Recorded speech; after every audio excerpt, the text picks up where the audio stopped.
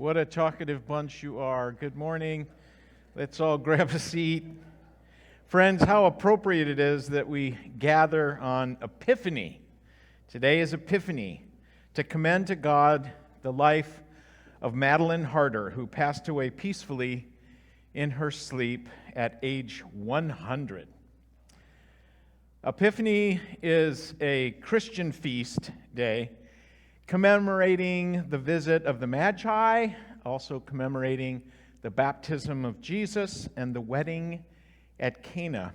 In other words, today we commemorate many celebrations that involve the appearance or the manifestation of Christ.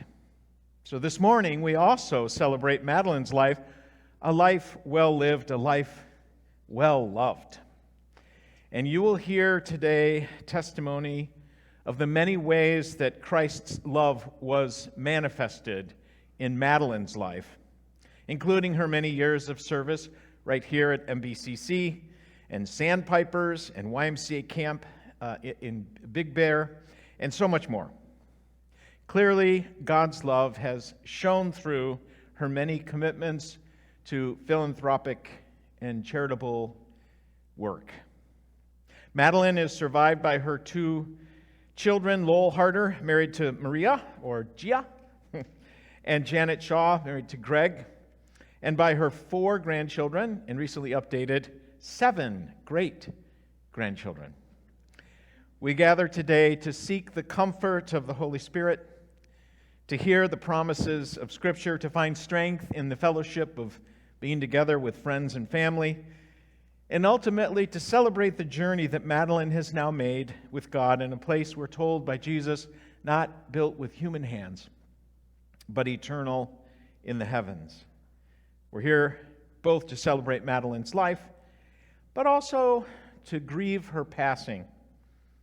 A loved one's death forces us to kind of come to terms with the fact that we too will one day, our life will come to an end here on earth. And yet there's a power stronger than death. It's the transformative power of love.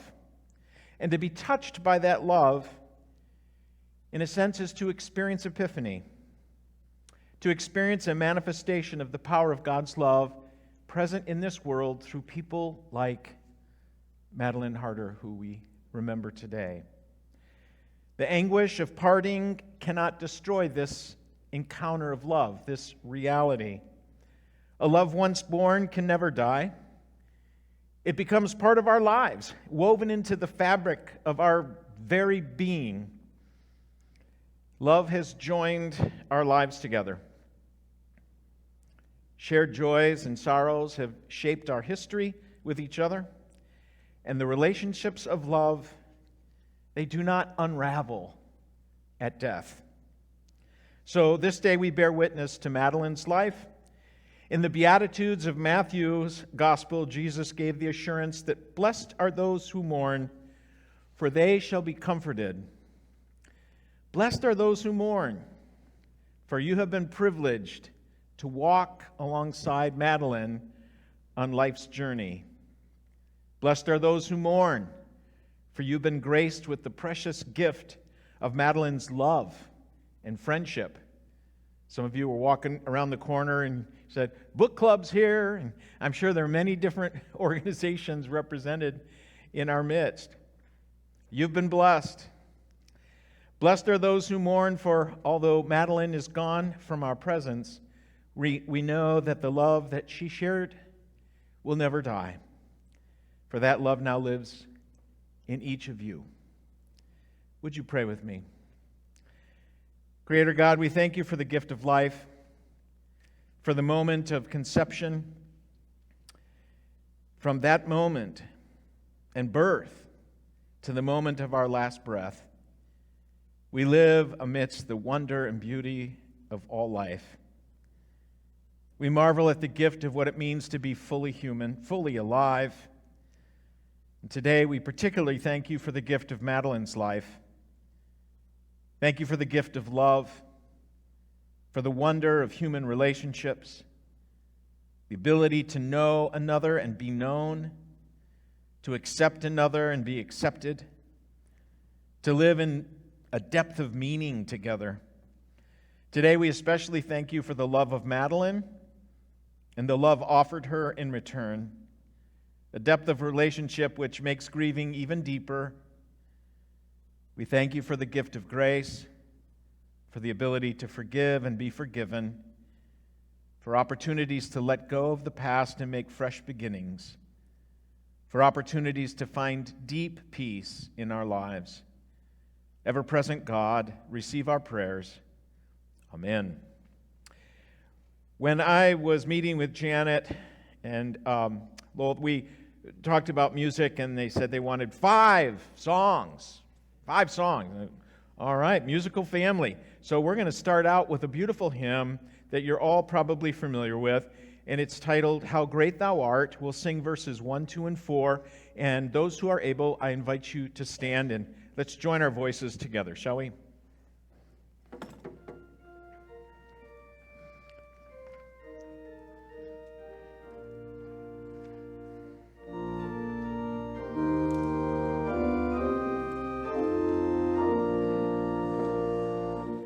O Lord my God, when I in awesome wonder consider all the worlds thy hands have made, I see the stars, I hear the rolling thunder, thy power throughout the universe displayed.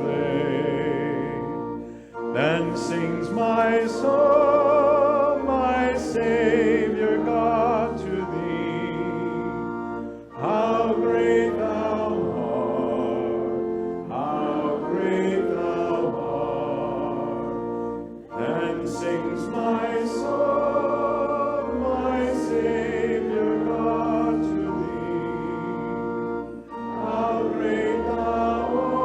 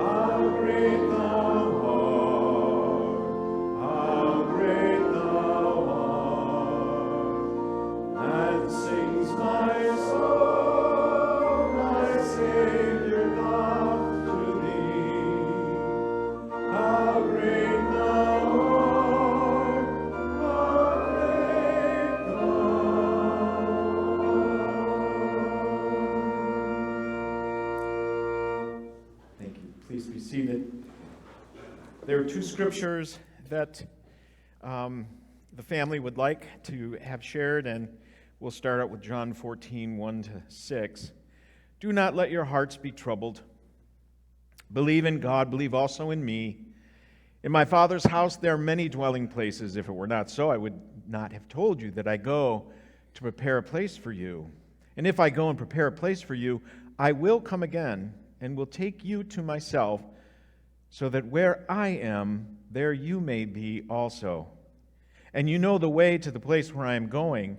Thomas said to him, Lord, we do not know where you are going. How can we know the way? And Jesus said to him, I am the way and the truth and the life.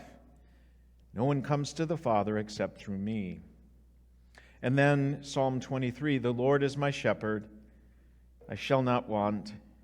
He makes me lie down in green pastures. He leads me beside still waters. He restores my soul. He leads me in right paths for his name's sake. Even though I walk through the darkest valley, I fear no evil, for you are with me. Your rod and your staff, they comfort me. You prepare a table before me in the presence of my enemies. You anoint my head with oil. My cup overflows. Surely goodness and mercy shall follow me all the days of my life, and I shall dwell in the house of the Lord my whole life long. At this time, a very close friend of Madelyn, Marge Pollock, is going to share some memories. I really only knew Madelyn for the last 20 years, but what a hoot. She was definitely a driving force in this church and in the community. She and Wendell were skippers and shipmates in 1976 and very, very active from day one. She had Wendell doing all the databases, printing out labels, and keeping shipmates at the top of her list. During the pandemic, I did a little research on shipmates, thinking we could have a trivia contest. And I was shocked to find out that Steve Campbell and I did not raise the most money for shipmates. Madelyn did. Madelyn in the 70s had an auction and a dinner that raised well over $3,000. And for your information, the cost of the dinner was $5. Think of what it was when Steve and I did it. It was $60. She knew everything there was to know about the community. She had tickets to everything. When Jack and I first met and got married, we went with them to the Playhouse in Redondo Beach every so many months. And then, as she was not driving, I became her chauffeur to the Distinguished Speaker Series, which was just wonderful. She introduced me to that, and I'm still going today.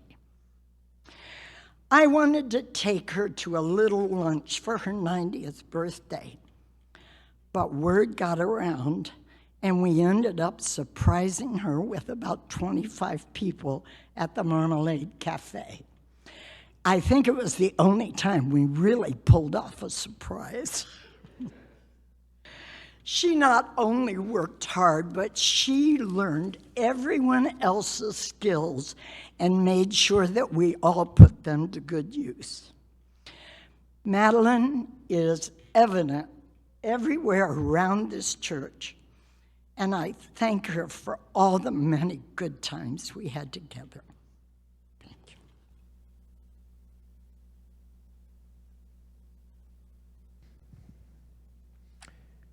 We have some special music at this time, and you're going to be invited to sing again as we sing 10,000 Reasons.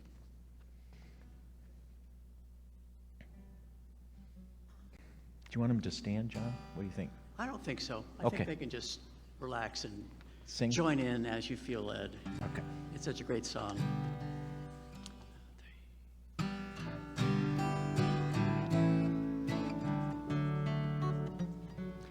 Bless the Lord, O my soul, O my soul.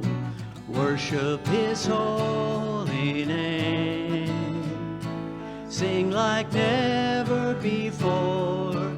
Oh, my soul, I'll worship your holy name. The sun comes out, it's a new day dawning. It's time to sing your song again. Whatever may pass and whatever lies before me, let me be singing when the evening comes. Bless the Lord, oh my soul, oh my soul, worship his holy name. Sing like never before, oh my soul, I'll worship your holy name. You're rich in love and you're slow to anger. Your name is great and your heart is kind. For all your goodness I will keep on singing.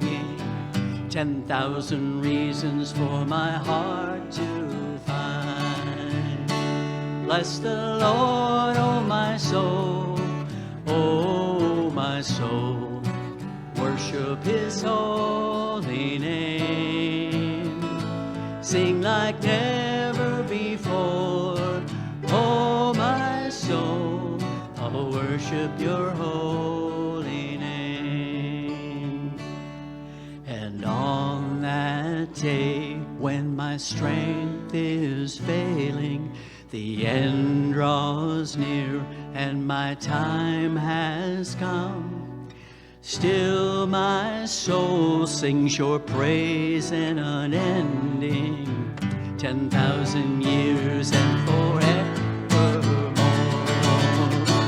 Bless the Lord, oh my soul, oh my soul, worship his holy name. Sing like never before, oh my soul, I'll worship your holy name. I'll worship your holy name. John Elge and McKenna James. Lowell, you're on.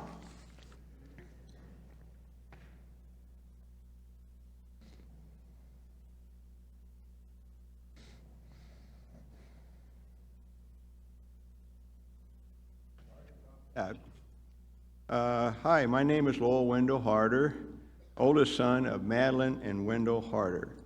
First of all, I would like to thank everyone who came to celebrate the life of my mother, Madelyn Ruth Harter. If I had to sum up her life, I would say that she was a great mom who was first a devout Christian who lived her faith by trying to help others and was very active in her church. Secondly, a healthy, caring, and active mother who loved to camp, sail, and travel all over the world. Third, she was a highly organized person who had a successful career as a managerial secretary.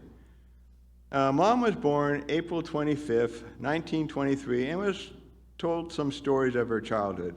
Some fond memories were of her family driving trips. Unfortunately, her father liked to drive an old car and frequently made stops to make repairs after the car broke down. That sometimes drove her crazy. Later, she attended Pasadena City College, and as an art major, she was invited to ride on a float in the Rose Parade. Unfortunately, it was canceled because of the war. About this time, grandmother Reed, who knew Dad's mom, encouraged Mom to meet Dad, a nice young man who was president of the Pasadena Holliston Methodist Church College Group, and he was a student at Caltech.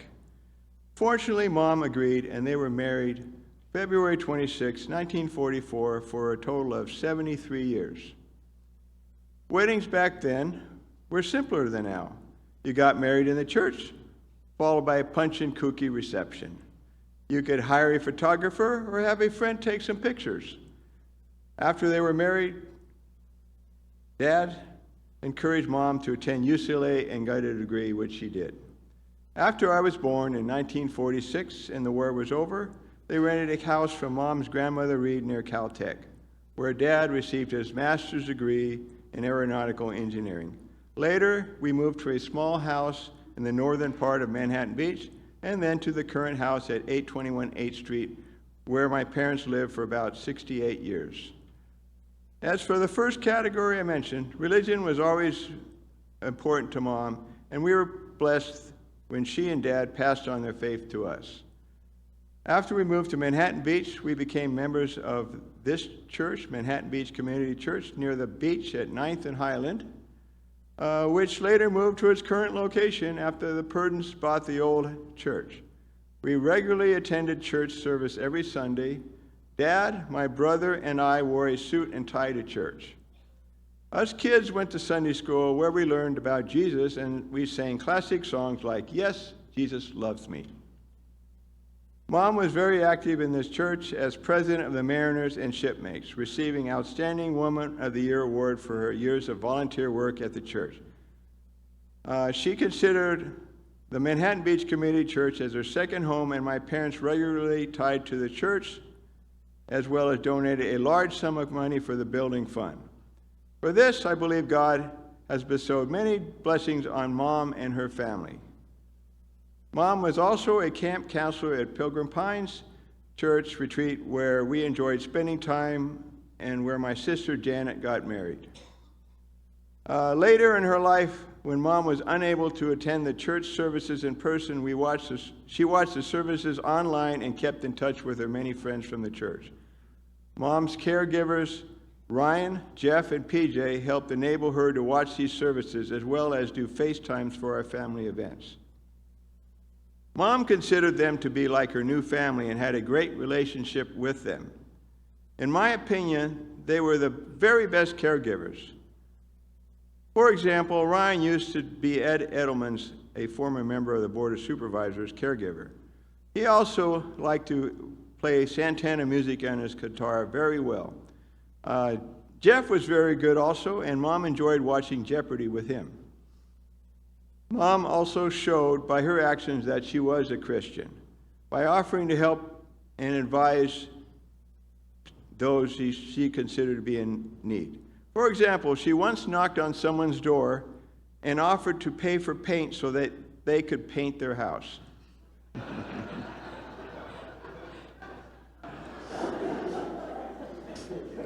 She never hesitated to give people advice to help make their lives better, especially medical advice, how to exercise and diet. She told us which doctors she liked and even offered to pay for their services, such as a plastic surgeon to remove a cyst from my face, a doctor who vacuumed earwax from all of our ears, doctors for second opinions, etc. The whole family, including our grandchildren, hear a lot better thanks to Mom. Mom also recommended doing water-sized exercises at the YMCA and gave us diagrams, stick diagrams, of how to do the exercises that she learned from her physical therapist, Julia. However, she did not always fare well doing exercises. One time, she injured her toe doing Jack LaLanne's exercises when she accidentally kicked a chair. On cruises, she would tell the chef that she wanted her lettuce microwaved so that you could put a fork through it. Once, when I said I was going on a cruise, Mom said to me that you can ask for special diets. I told her, Mom, that is not why I go on cruises. If you talk to Mom about doctors, exercise, or diet, you could be her new best friend. She could talk forever about those topics. Even though Mom's advice was not always well received or wanted, she always tried to make the world a better place. The second aspect of my mom that she was a great mother who took good care of herself and us throughout the years. She fed us healthy food, and we were never lacking in medical care. One of Mom's philosophy was to clean house as to removal of gross. Mom did not drink or smoke and did not want us to drink or smoke either. For example, when we went for brunch at the Proud Bird with champagne included, Mom would say that we don't want any alcoholic beverages. Just Martinelli's apple cider. In fact, at our wedding, she only drank Martinelli's apple cider instead of champagne. Another piece of advice Mom gave us was to toot your own horn, which I believe she showed us by example how to do this. She always wanted to present a good image of us and let people know what good things she did. Mom was a good sport in joining Dad in his activities. Sailing was one example. Dad named his boats Paddlin' Madelyn because when there was not enough wind, Mom wanted to paddle. Later on, Mom cleverly opted out of sailing, especially in Coronado. She let Dad race, and we would eat brunch with her at the Del Coronado Hotel. Mom reluctantly went on Dad's camping trips and would fix us kippers on the way to the campgrounds. My favorite place to camp was Yosemite, and I liked hiking to Half Dome and watching the firefalls. We also swam in the pool there. After we grew up, we also took several trips with Mom and Dad, including Eastern Europe and Iceland. In 2005, I talked them into adding an Alaska cruise to a family reunion. We also went on their 60th anniversary cruise to Ensenada with them, where they took nice family pictures. And also a cruise from Galveston. Later, we took YMCA trips with them to Branson, Missouri, and Yosemite. Finally, the third area of Mom's life that she was a highly organized, fast typist who was a very successful managerial secretary at Northrop. She also utilized her organizational skills in her personal life. Dad called Mom his social director. Mom maintained her own personal calendar, and Dad always checked with her before he made any plans. Mom once said at a Northrop retirement luncheon that she ran the office. Although the presidents and vice presidents were probably not too impressed, she probably meant that she set up meetings, typed, and kept the office running smoothly. Years ago, Mom asked Dad, what if she reached 100 years old? Dad said, good for you, Madelyn. Fortunately, the whole family was able to celebrate Mom's 100th birthday with her. Also, years earlier, we were also celebrated Dad and Mom's 70th wedding anniversary at the Los Angeles Marriott Hotel. Mom definitely made a positive impact on her family, church, and everyone that knew her. I loved her very much, and she will be remembered and missed by all of us. Thank you.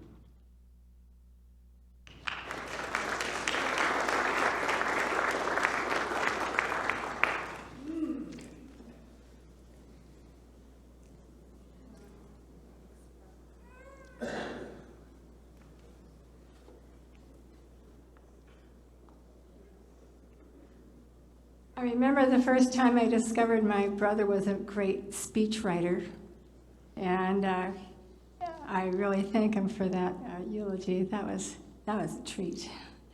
As I sat here watching relatives come in, and of course friends and family, I realized what a matriarch my mom was, creating a family by having the Pyle family Christmases and Pyle family get-togethers for birthdays, and celebrating every birthday that was near my dad's birthday. And the Harter family, again, we have a lot of Christmas gathering memories. I think at one time Greg and I were attending at least 4 different events in 2 days for Christmas, and I'm sure all of you with in-laws know that. And of course you think, oh my gosh, how burdensome at the time, and later on you think, oh my gosh, I'm all alone now. I wish I had those days back. So thank you. I can't express deeply enough how wonderful it is to see all of you here, people who I know and people who I don't know.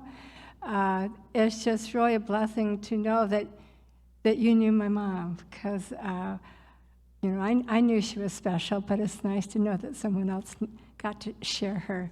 She was she did hold us together, and I want to encourage all of us to really go back to those days and realize we're all kind of the same people who love each other, and to work maybe a little harder to hold our family, our big family, you know, the married to the married, and the second and third and fourth cousins, to really keep us all alive, because those are really the magical moments of life.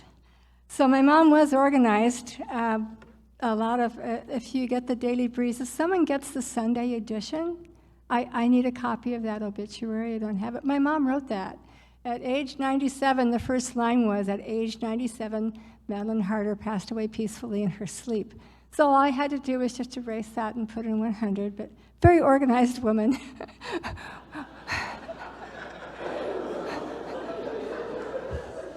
Wanted to be sure, she wasn't placing any burden on her children, And one thing I wanted to share, because I didn't put it in the obituary, she was fascinated. The first paragraph in her obituary was that when she went to school, it was a 6-4-4 educational plan, which meant that elementary school was grades 1 through 6, and then 7th and 8th grade, which we knew as junior high when I was a kid, and then 9th and 10th grade, your freshman and sophomore high school years, were all in one school. And then your last education was junior and sophomore year of high school and freshman, sophomore year of a junior high college. So when she graduated from Pasadena City College, that was the end of her standard educational program. And I'm thinking, gosh, that would be a great program to go back to. But that's how come junior colleges are funded with elementary schools, because they were all the same system. She wanted to be sure you knew that, so I just,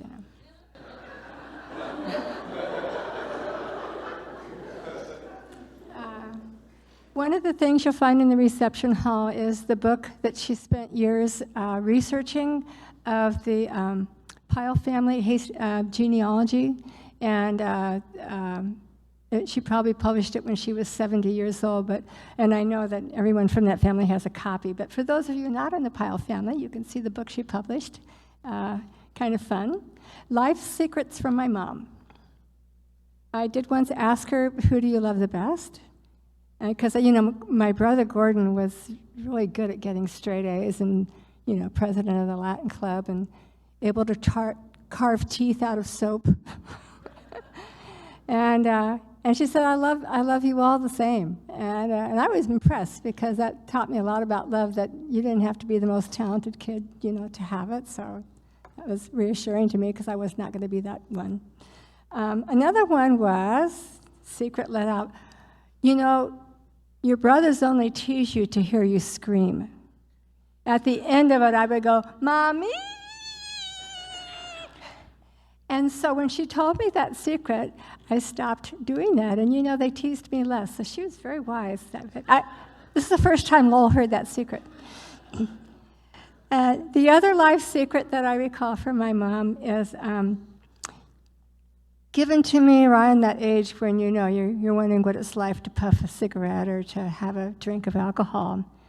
And she said, well, I don't need to drink because I can have a good time at a party without it. I don't need a crutch.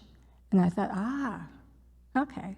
So I grew up not drinking, and it turned out that saved me a lot of money, so that worked out well. Oh, here's another. This is a quote from my mom. I didn't have anyone to invite to invite the boy prom. And she at that time was president of the youth group here at the church. And Greg was actually president of it.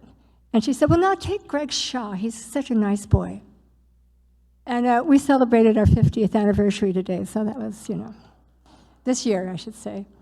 Another life-changing quote. Well, Janet, you have roommates. Greg and I had already been married for a while. Why don't you just buy a house and have them pay your mortgage? So that actually encouraged us. 5 of us it took to buy the house. Then we had roommates for the next 20 years of our marriage, and that worked out great. And then the last one was, well, it's okay if you live out of town, because we actually spent 2 years in Missoula and 2 years in Utah, and then we've been up in the San Jose, San Francisco area. But you have to come home 4 times a year. My birthday in April, your father's birthday in July. Thank you, Pyle family, for being there. And then Thanksgiving and Christmas. And that really worked to hold the family together. So I got to meet my second and third and fourth cousins and all that, and I really thank her for that. Now to skip on to what my brother might not have touched upon. In our house, because my mom loved nutrition, that the snacks were saltine crackers, graham crackers. The drinks were water, milk, and orange juice. The bread had to be whole wheat. So those are things I remember from my childhood. And the treat, I couldn't believe this was legal. Fresh orange juice popsicles. And I'll tell you, when I had an ear infection, and she said, what can make you feel better? Orange juice popsicles, that's exactly what I need. And I got it, so like, wow. That was really neat. And they were definitely orange juice popsicles because she bought them from a dairy. I thought that was fascinating. And you can never guarantee what you get in the grocery stores now. She ate oatmeal every day for breakfast, including on cruises. And no matter what was on the buffet for breakfast, she and Dad would have oatmeal. And it worked. They both lived, Dad 97, Mom 100, so there you go. Yes. Well, she was kind of tested a bit when she was going to marry Dad. She got served by Grandpa Harter, Logan, green waffles. They were green. And of course, he was probably waiting to see what she would think about that. And she went, wow, what did you put in? And they're so healthy. This is great. So she passed the test and got to marry him, so that was good. She was the master of camp cooking. She knew how to use one block of ice and make it last for an entire week in Mexico. We would go camping on the beach, no access to water, and it wasn't really water in that area that you wanted to access anyway. And they would carry enough water for 6 people, because Bert Sundberg was with us one time, to live on for a week, which included water to wash your hair. So they were really organized and masters of planning. They drove all the way down to San Salvador and back in their station wagon. Took 6 weeks, living on probably peanut butter, but anyway. One thing I really impressed about my mom was her courage. I didn't know she was horribly afraid of heights until we were hiking up Vernal Falls in Yosemite. And she was sitting over in a rock away from the edge, really looking upset with tears. And I was pretty young. I'm guessing I was still the age where if I whined a lot, Dad might carry me a little bit for the hiking. And she explained how horribly afraid of heights she was, which I don't know. You never know what this is until you have that phobia. It's kind of like you're falling through the floor. I mean, it's really terrifying. And there's nothing logically you can do about it. But my mom was not afraid to be terrified. And she really didn't want to be left behind. She has done a helicopter tour. For someone afraid of heights, it was a sightseeing tour, so that was a big deal. She's ridden on the top of camels, on the top of elephants. And I still remember both Gia and my mom, we were in Europe, and there was this little chair ski lift where they were just individual chairs being towed up this hill, and this is my mom. This is the quote, "It's like a little torture machine." But she did it. I mean, this was a woman really not afraid to be terrified and doing extremely courageous things that, to me, when you have a phobia, that's like gigantic. She did not feel she was a strong swimmer, and so she insisted we all had swimming lessons at around age 4 or 5. And when she spent all those years sailing in the boat as a crew, a woman who did not feel she was a strong swimmer, I see that as more courage. And then she made sure to wear a life vest. And she did have a quote, she said to King Harbor Yacht Club, of sailing is fun and great exercise. So she did like it a bit. She would fix Thanksgiving and Christmas meals for us and pretty much do it all herself. And she did not retire from that activity until age 87. All of those who you feel worn out at age 50, 87 is your marker there. But she still continued to make pies even when she was 96 at that Thanksgiving in 2019. So, and her famous pies are pumpkin pie and pecan. So. And delightfully, some folks are already passing on the other traditional dishes. I know Christina maintains the Arctic ice, and so kind of fun. And I have those recipes. Well, she has Arctic ice. I have pumpkin pie and pecan recipe. You'll have pumpkin too if your cameras are ready.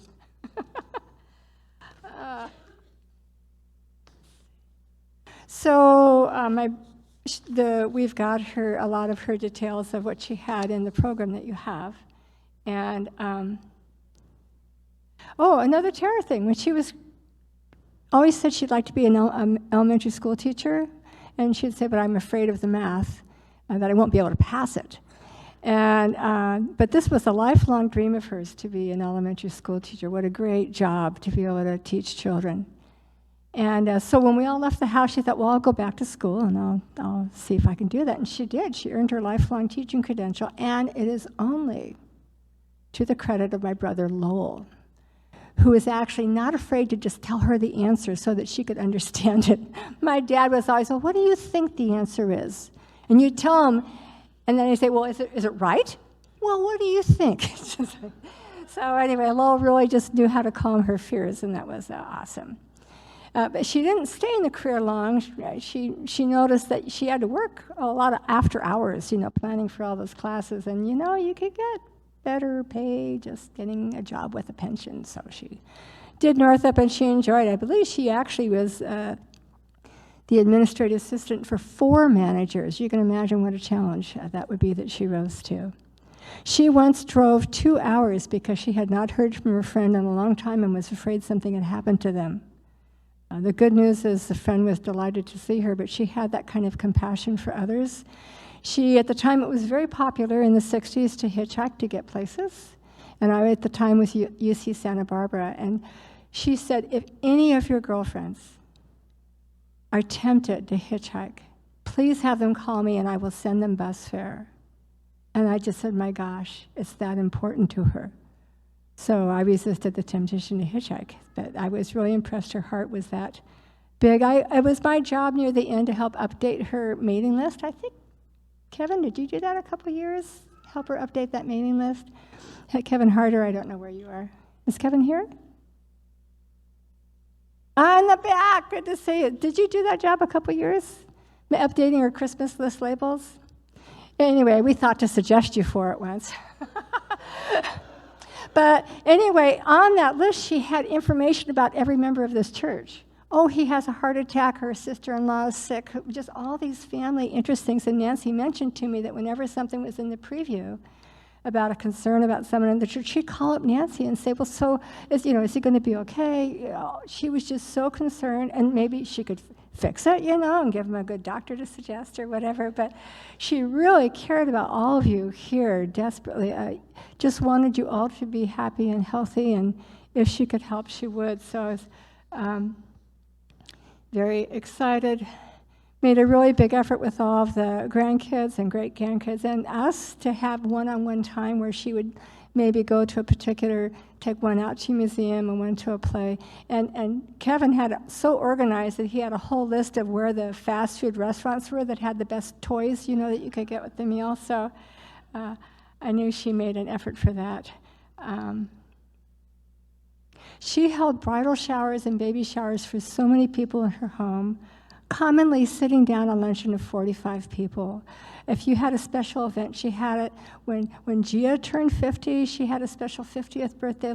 She made placemats with their childhood photos on it, and then had those for everyone there, laminated. But she'd collage. She was very artistic. She always had a table decoration for every season in the house. She made Christmas presents for people. There was the year of the fruit bowls made with styrofoam shapes and coated with different colors of tissue paper. There was the papier-mâché Magi's. When then she started to make gifts she could give the postman. What about the postman and her hairstylist? So she made cheese balls. She'd make 35 at Christmas time.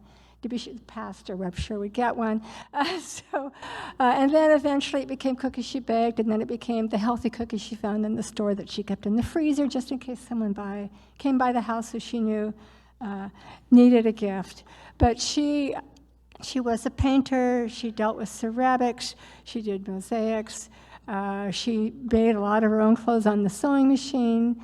We had a couple of mother-daughter matching outfits. No son-mom matching outfits, but, sorry, Lowell.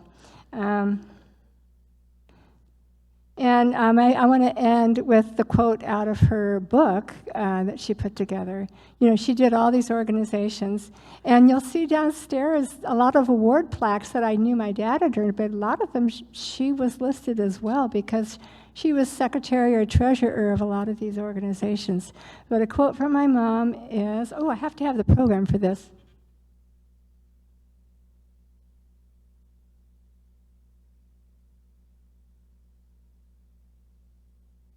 You too can find this quote at the end of the program on the back page. Let's see.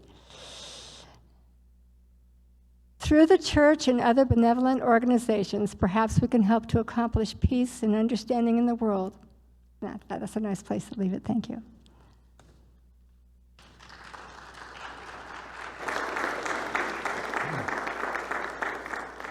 I'll have you know I didn't receive a single cheese ball for Christmas. Just saying. Just saying. We're going to have John and McKenna lead us again in another song called In This Very Room. Thank you. Thank you, Lowell and Janet. Beautiful, beautiful memories. And I think it's opened all of our hearts to receive the Holy Spirit, that the love and hope and joy are right here in this very room.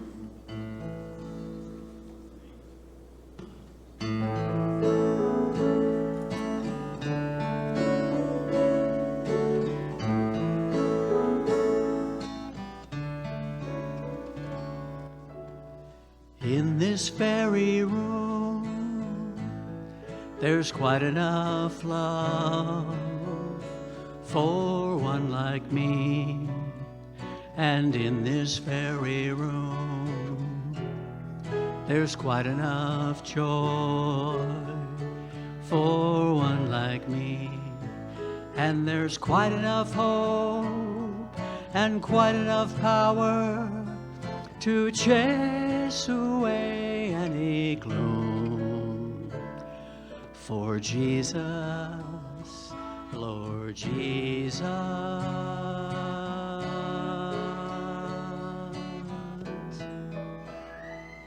is in this very room.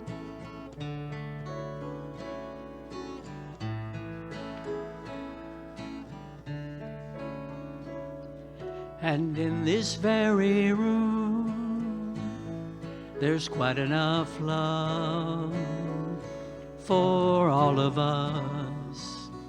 And in this very room, there's quite enough joy for all of us. And there's quite enough hope and quite enough power to chase away any gloom. For Jesus, Lord Jesus,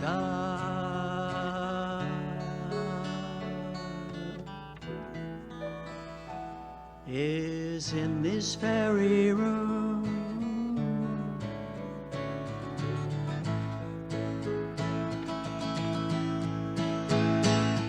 And in this very room, there's quite enough love for all the world. And in this very room, there's quite enough joy for all the world. And there's quite enough hope and quite enough power to chase away any gloom. For Jesus, Lord Jesus,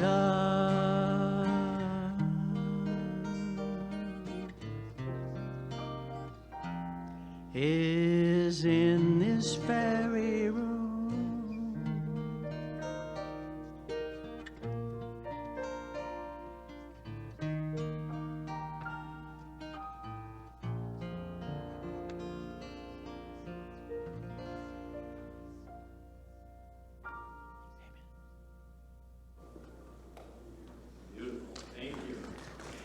At this time, I'd like to invite Chloe and Thomas and Kevin to come up, and two of you can sit while the other one's speaking there. That'd be great. Hi, my name is Chloe Bartholio. Grandma Madelyn was my grandmother. My mom always spoke very highly about her all the time. Talked about how she was such a great role model, and I do believe that she was such a great lady.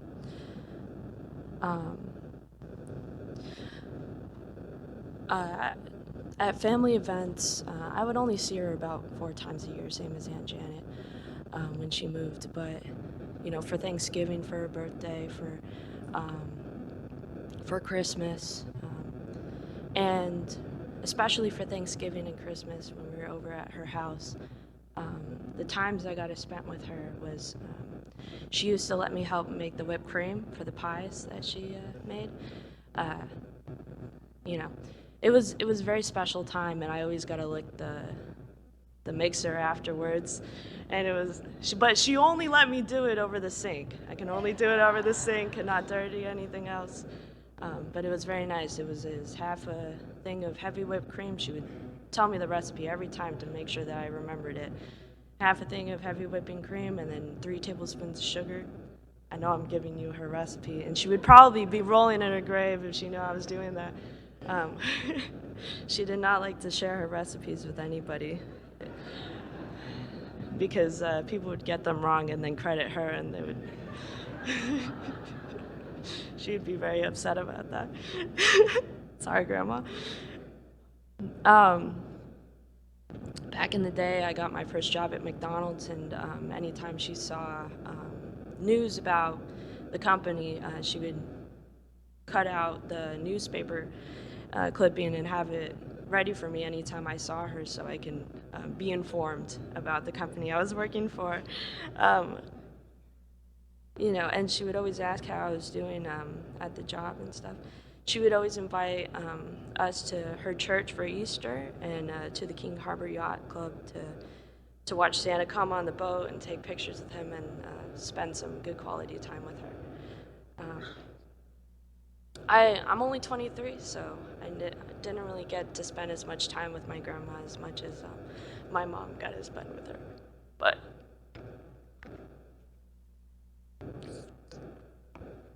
I do cherish the time that I spent with her. And I love her very much.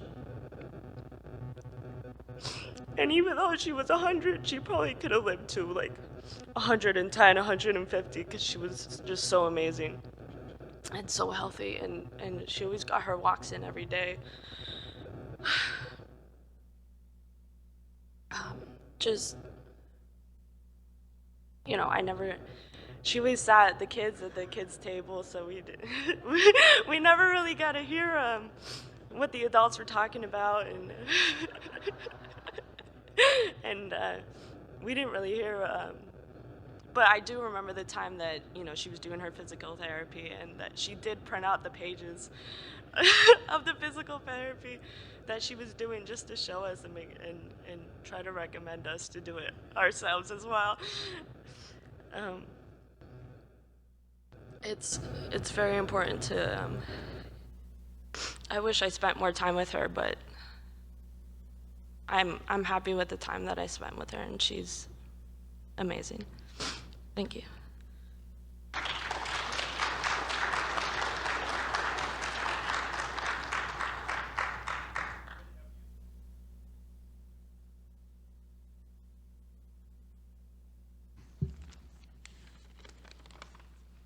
All right.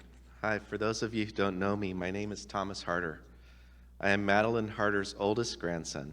I've been blessed with having her in my life for 48 years. As I grew older, I was always so amazed with how well she took care of herself. Before the pandemic, she exercised regularly. She would do her water size at the YMCA. Every time she had a pain or an ailment, she would go to the doctor to get it checked out. Me, on the other hand, I am not like that, but I aspire to be someday. But more importantly, she was always thinking about and taking care of others. She'd call my wife and I regularly to find out how things were going. There was never a birthday, holiday, or anniversary that passed without a greeting card in the mail with a message that said, "Save the stamp for Carmen," which was my abuelita on my mom's side of the family who loved to collect stamps, but I was never good about getting those stamps to Carmen. That was, anyways. When I had a serious knee injury and tore my ACL years ago, she worked to get the best doctor that could perform the surgery on me, Dr. Lombardo, who was a Laker team doctor. After my surgery, she and my grandfather came to visit to see how I was doing at Curlin Job, and I really appreciated that. that just showed how much she cared for us. Before the birth of each of our 3 kids, Christian, Nathan, and Aria, my grandmother would host a baby shower for us.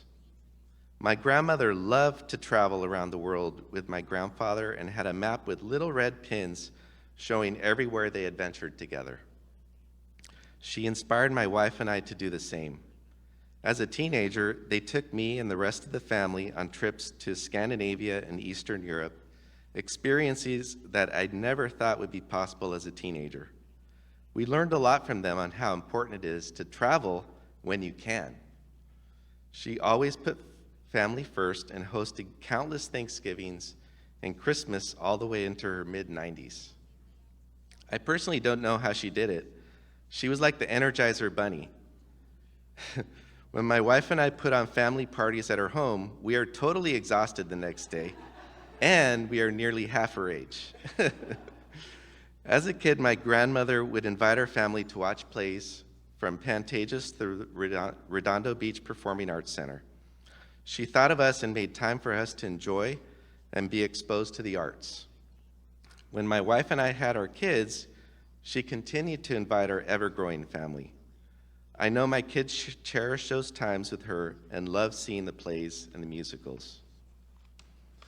My grandmother had the ability that so few have. She was able to live a balanced life where family, church, community work, and healthy habits were important to her. She made time for all of it. I don't know how, but she did. If you know what my grandmother's house looks like, it is a modest home amidst exceptionally large homes in Manhattan Beach area.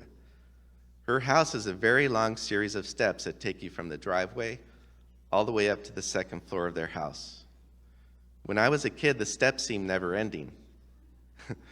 Every Christmas, Thanksgiving, birthday party, or other family get-together, I remember walking up those long flights of stairs, sometimes not so fashionably late, and she would always give me a warm smile and hug nonetheless.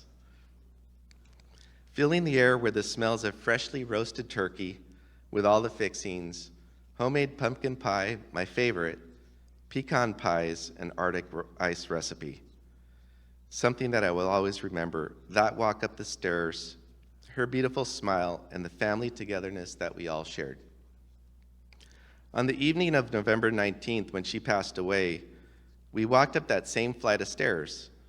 I'm not sure what I was expecting to see, but I almost thought that she was going to be sitting there with her big smile and open arms. I think that's when it really hit me that she was no longer here with us on this earth, but up in heaven smiling down upon us. I think one of the things we learned from her is how family should be a priority. And she would have loved to see us, all of us there, sitting on those couches in the living room and having a family moment like old times, sharing our warm embraces with each other and comforting each other during this difficult time. If there is one legacy of many that she would want to leave for us, I think this would be it, the importance of family. May we always keep my grandmother Madelyn in our hearts and prayers and be inspired by the amazing life that she lived.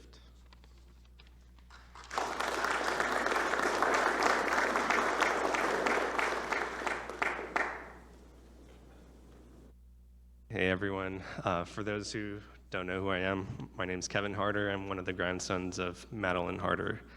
I lived with both Madelyn and Wendell for 2 summers while doing my internships at KPMG, and then I also lived with them for a year or 2 after graduating from LMU back in 2010. This was back when Madelyn and Wendell were either in or approaching the early 90s, and they were both still super sharp and in fantastic shape. I was always in awe of how they both defied father time and lived healthy and abundant lives with a sense of purpose. As you all know, my grandmother lived to be 100 years old.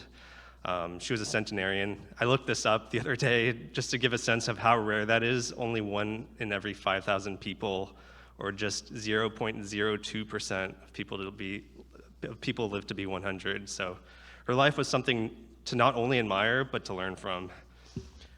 Both my grandparents had a healthy routine that I witnessed, living with them.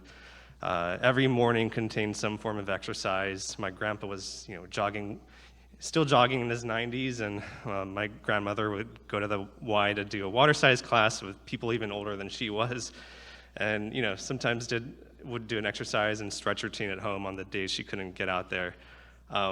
Without fail, there was always a bowl of steel-cut oatmeal in the morning for breakfast, and I'd sit down with them and chat about this and that before heading to work. She still had the saltine crackers and the graham crackers. She did have kind of a guilty pleasure later in life for those Isabel cookies that she would store in the freezer. But my grandmother, I'd always see my grandmother on the phone just calling other people to see how they're doing or volunteering to help with church events. She was so meticulous, like laundry was done daily. There was never a dirty dish left in the sink. Everything was always kept neat and tidy in the house. Being a college student like myself, being extremely messy at the time, I had to adjust quickly and change my habits, or else suffer a very gentle scolding from my grandmother. So I can see, how they were able to function so well, since everything was always in its place and the house was so organized. As this saying goes, tidy home, tidy mind.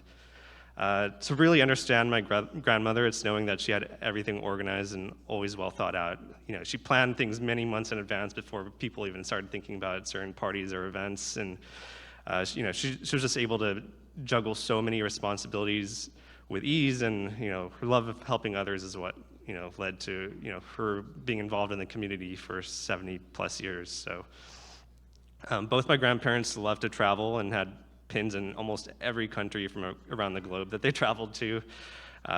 If you look at their photo albums, it's really impressive. They have lengthy captions below every photo describing from left to right who's in each photo, exact locations, backstory of what's going on. It was amazing amounts of detail.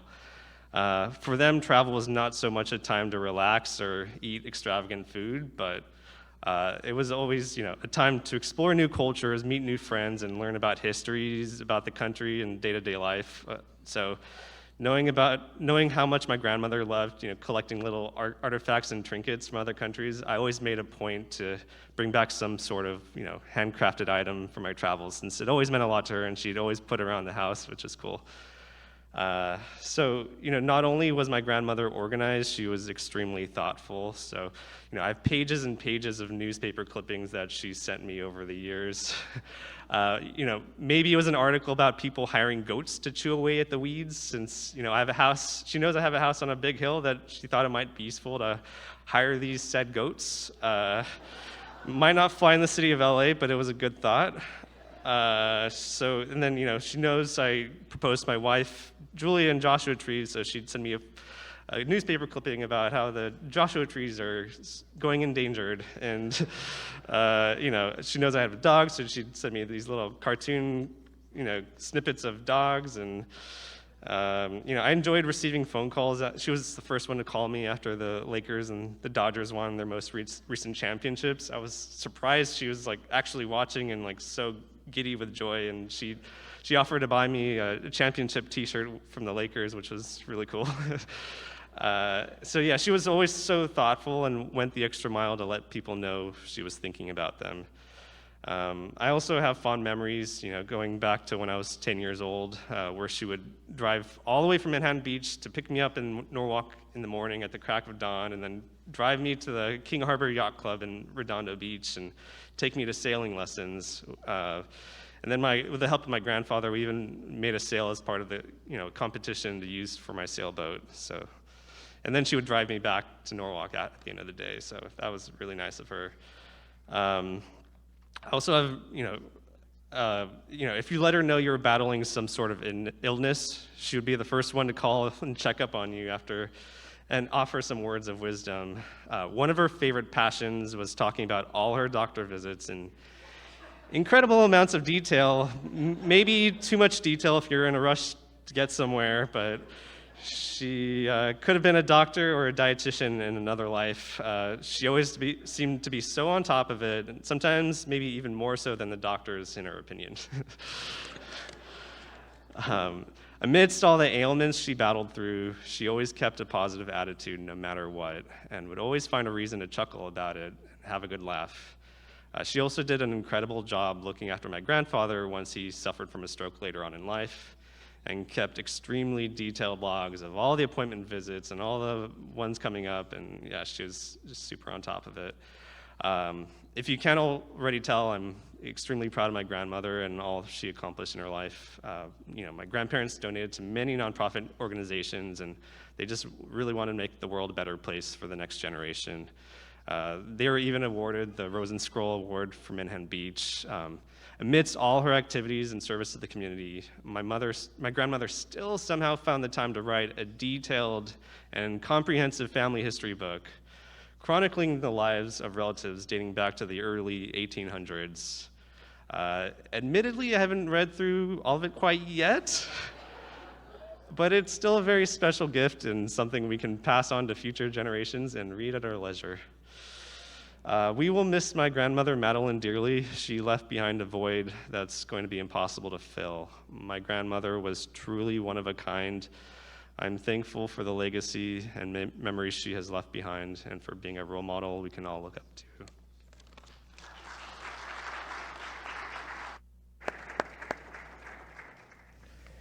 We're going to invite you to sing with us on this next song, On Eagle's Wings. Hymn number 77. You can find that in the hymnal or follow along. You who dwell in the shelter of the Lord, who abide in God's shadow for life, say to the Lord, my refuge, my rock, in whom I trust, and I will raise you up on eagle's wings, bear you on breath of dawn, make you to shine like the sun, and hold you in the palm of my hand. The snare of the fowler will never capture you, and famine will bring you no fear. Under God's wings your refuge, God faithfulness your shield, and I will raise you up on eagle's wings, bear you on the breath of dawn, make you to shine like the sun, and hold you in the palm of your hand.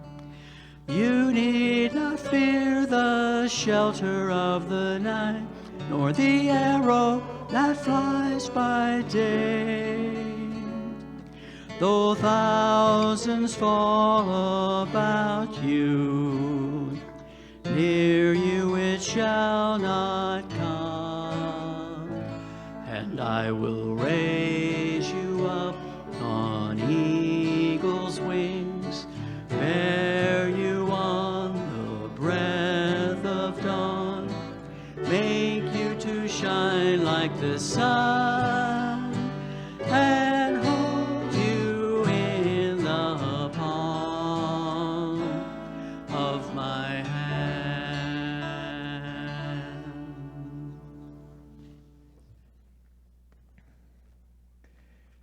The author of the Gospel of John describes life beyond this earth as living in the Father's house, quoting the words of Jesus himself. The Apostle Paul says our lives on this earth are like living in a tent, not a house. In the 5th chapter of 2 Corinthians, Paul paints a graphic picture of how we humans are to view life. He says, "For we know that if the earthly tent we live in is destroyed, we have a building from God, a house not made with human hands, but eternal in the heavens." In other words, we're tent people right now. And I'm glad you guys like to camp so much, especially Yosemite. But you know, a tent isn't built, it's pitched. In other words, it's meant to provide only temporary accommodations, even if those accommodations last for 100 years. In these tent days of our lives, we stay just a brief time and then we journey on. We're called pilgrim people rather than settlers, and it's kind of cool that Madelyn spent so much time at Pilgrim Pines. John's gospel claims in the future there will be no more tent living, though. Instead, we're going to live in God's house. He quotes Jesus saying, "In the Father's house, there are many dwelling places." Now, there are other translations that say there are many mansions. In other words, there's room for all of us. Jesus must have known that this concept of an eternal dwelling would be really hard to grasp and even trust. It seems so otherworldly, right? Which, of course, it is. So Jesus added these words of assurance. He said, "If it were not true, I would not have said it." Well, there you go. So here Jesus promises us not a literal mansion in the sky. Instead, he promises that when we die, he will come and receive us and take us into a reality that's so big, so beyond our limited three-dimensional thinking that we can't even begin to wrap our heads around it. I've had the privilege of speaking with several church friends over the years who've been resuscitated from imminent death. Perhaps you've spoken with some as well. I know there are many books out there and movies and whatnot testifying to this idea of a near-death experience. Some of these people say they see a light like no other. Others have described colors beyond our spectrum. Years ago, my own maternal grandmother told me of a story when she was much younger and had two daughters at home, my mom and my aunt Aline, and her husband, my grandpa Eldon, that she had a surgery that involved ether. Back then they would use ether for an anesthetic. And she unfortunately was allergic to ether and had this cardiac arrest and almost died. But she explained that while she was sort of in that in-between place, she witnessed her brother coming out of this gorgeous music and light and sharing, "Olga, it's not your time." And she was so drawn to this love and this music and this beauty that she actually wanted to stay and not go back to her beloved children and husband. That's how appealing it was for her.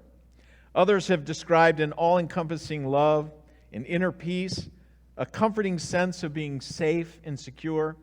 One of our own church members who passed away this past year had a similar near-death experience about a year ago. She had a diabetic reaction, an episode, and she went into this sort of state that was very precarious. And later, during a meeting with her hospice social worker, she shared that when that had happened, she had seen what she described as a tunnel of light and had felt so much peace that prior to that point, she had feared death. And after that point, she said, "I don't fear death any longer." It was such a peaceful experience, and she knew at the deepest level of knowing that this present life is not all there is. At a time like these testimonies and so much more, the promises of Jesus, they become clearly focused in our hearts and minds. We can get so easily lost in the cares of this temporary tent life existence that we forget about the promises of eternal life. The famous 20th century poet T.S. Eliot once wrote, "In the beginning is my end." In the beginning is my end. That too is the teaching of the Christian faith. The promise of Jesus Christ is that in the resurrection, we cannot die anymore. There'll be no more stress, no more sorrows, no more death. And remember the words of Jesus that we've already shared from John 14:27. "Peace I leave with you," he says. "My peace I give to you. I don't give to you as the world gives. Do not let your hearts be troubled. Do not let them be afraid."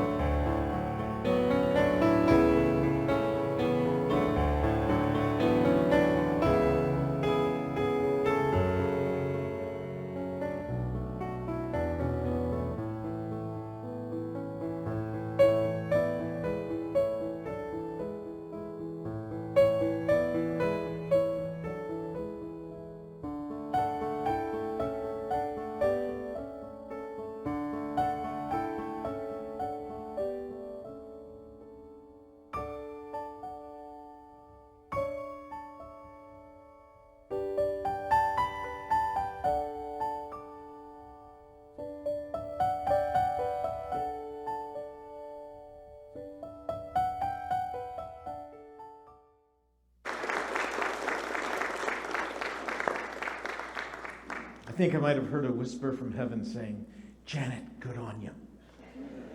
Yeah, we got it right. It was important to get things right, wasn't it? Yeah, and I think we got it right today with honoring Madelyn.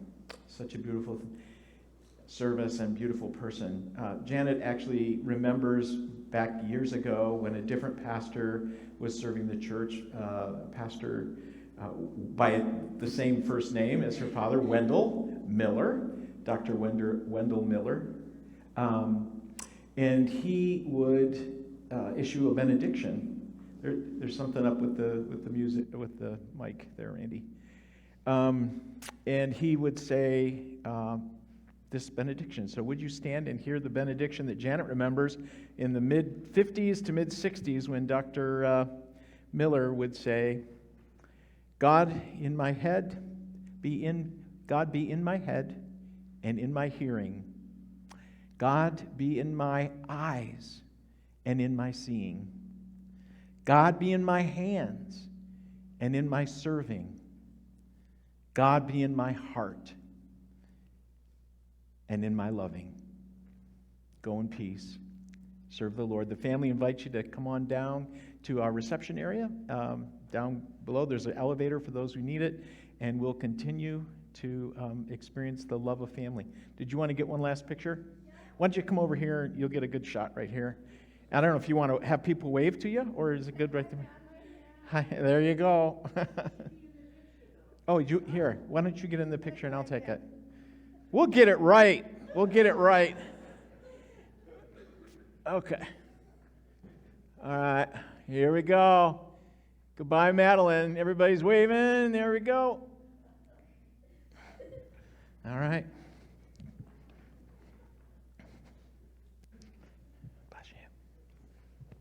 Thank you all for coming with me. Bless you.